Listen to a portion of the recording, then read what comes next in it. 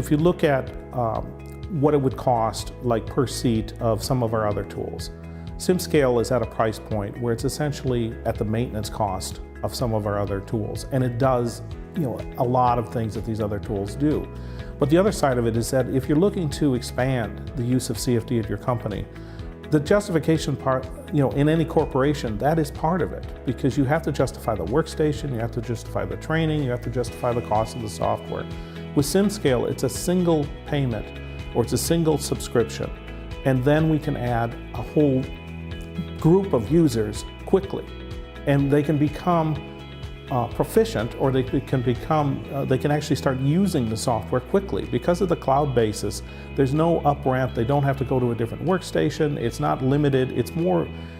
of a way of opening up CFD and FEA tools to the entire company quickly at a cost point that is far below any of the other tools I've seen.